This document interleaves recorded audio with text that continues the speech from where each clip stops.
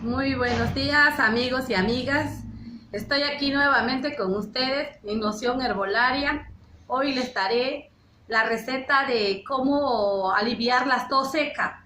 Necesitas 1 litro de agua, un palo de ocote, 3 hojas anchas de sapo, 5 flores de bugambilia roja. Procedimiento: en un recipiente ponga a hervir el agua con los 3 ingredientes y tómelo